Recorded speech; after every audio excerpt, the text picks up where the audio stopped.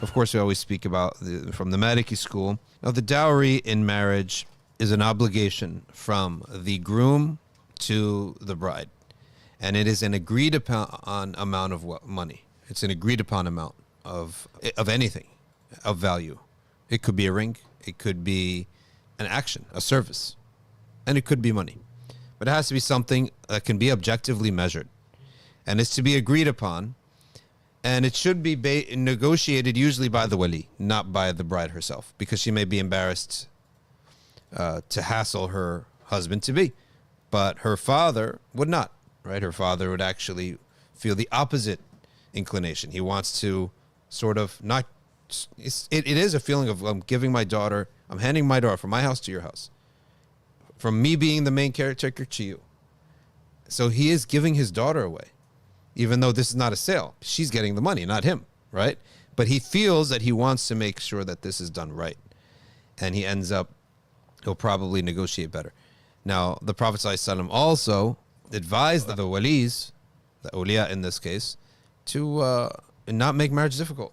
Or else the shabab will not marry and then maybe do something worse if they're stuck not being married. That's the dowry. Now, what happens if people forget?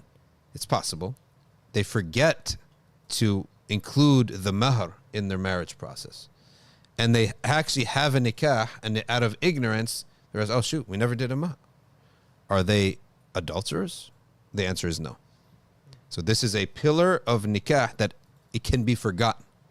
Can be forgotten. What cannot ever be forgotten, the wali in the Maliki school, as opposed to the Hanafi school, ijab and qabul. You don't have a contract, you don't have a nikah if you don't have those two things. So, two more things. One is the dowry, one is the witnesses. The witnesses are necessary for consummation. So, we're sitting in the father of the bride's house. We're sitting in his living room. And he says, Wallahi, you're a good man. And we know you and we trust you and we're ready to marry. Someone says, why don't we marry right now? So, okay, it's just me. Let's say it's me, my daughter, and the groom, and my wife, right? Let's say, hypothetically. No witnesses. His mom, still not a witness. You need the male witnesses. So we say, okay, zawajtuka ibnati. I married my daughter to you. He says, qabiltu. Boom, they're married. But he cannot take her and go into another room. Consummation in Sharia refers to entering into privacy. Something where intimacy could occur. It doesn't have to be only that. For example, meet me in the woods. The woods is a public place, right? But intimacy could happen there. So anywhere where intimacy could happen, that is not allowed until there are witnesses, so that nobody can accuse these people. Nobody accuses them and says that they did this, that, or the other. So now in this case, they would say, for example, let's go to the masjid. They drive to the masjid. The man stands up. Oh, people, I testify to you, I have married my daughter to this man, and this man has accepted, and he agrees. Khalas. You've now made ishhar of it. And so therefore, now there won't be doubts, there won't be accusations. So the witnesses is a rukn of the marriage that is only needed for half of the marriage, which is the consummation, not the contract. So he's contractually married to this, they're married. But they cannot consummate the marriage or act upon it until the community knows. Minimum of the community is 2 male upright Muslim witnesses. Now we forgot the dowry. And he consummated, we have witnesses, and they went alone. And they spent the night, and they went on a honeymoon. And oh my gosh, came back from the night and forgot the dowry. Are we adulterers? Are we fornicators? No, they're not. If they intentionally left it off, that's different. But they forgot about it.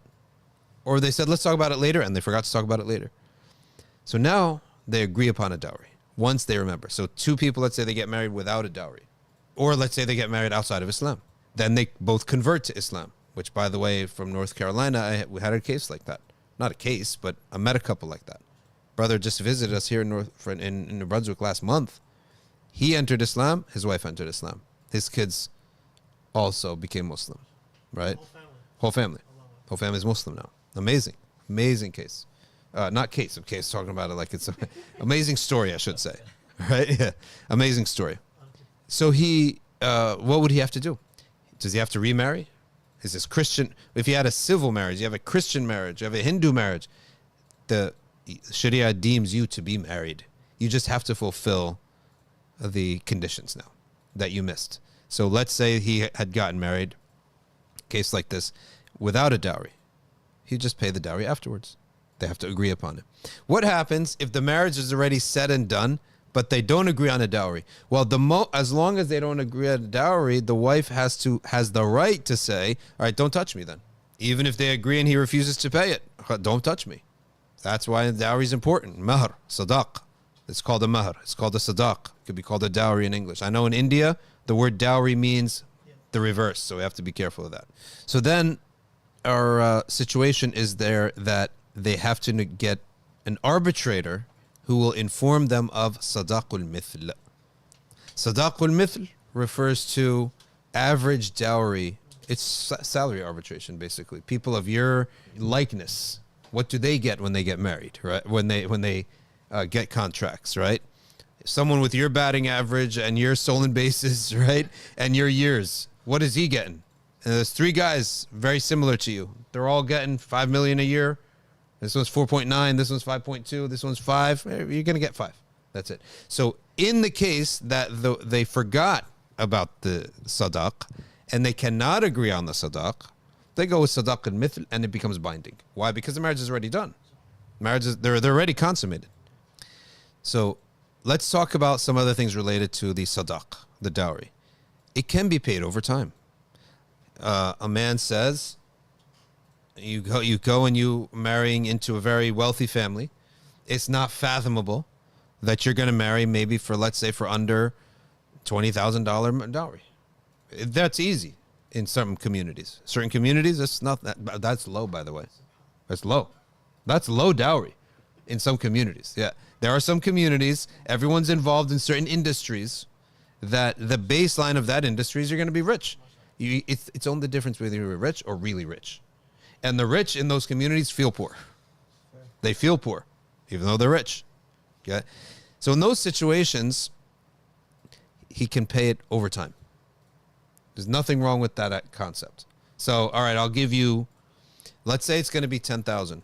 I don't have $10,000, but I do have a job. I can afford, but I don't have savings to $10,000. All right, I'll give you 3 now, and I'll give you 1 on January 1st of every year for the next 7 years. Now let's say they do that. Let's say they get divorced in year 2. So he paid 4. He owes 6 more, right? Does he have to pay those 6 more than now they get divorced? He does. It's a debt. It's a debt. If he dies, married or not married, we remove that immediately and we consider that a debt owed. It is a debt owed. So then the inheritance happens after. The estate is just divided up afterwards. The estate is divided up after bequests to non-inheritors, maximum 1/3, and debts. Now, what is forbidden in the Maliki school is mu'akhar sadaq. The mu'akhar sadaq is valid in certain madhabs, but in the Maliki school, they don't like it. And what is it, first of all? It is that if you divorce, you owe this much. If you divorce in year 1, you owe 20K. If you divorce in year 2, you owe 10K. If you divorce in year 5, you owe 5K. So on and so forth. Or in general, if you divorce, you owe 20K. Why is this unlawful? Because it's actually harmful. Because let's say the man wants to get a divorce, he's going to lose his wife, half the time with his kids, probably half his house, probably half his salary for the rest of his life. And on top of that, he's going to lose 20K. He'll say, no, I'm not doing this. So what is he going to do? He's going to say, well, my options in Sharia is for her to request a divorce. And then I didn't divorce her. Khula. How can I get her to request that divorce? So he'll bother her and bother her and bother her until she requests the khula. So that he doesn't have to cough up the 20K or the 25K or sometimes just ridiculous amounts of money. So you see, that's why Sheikh Abdul Hamid al-Mubarak, he says, in our madhab, we don't allow mu'akhar sadaq. And it's harmful to her. That's why he says that.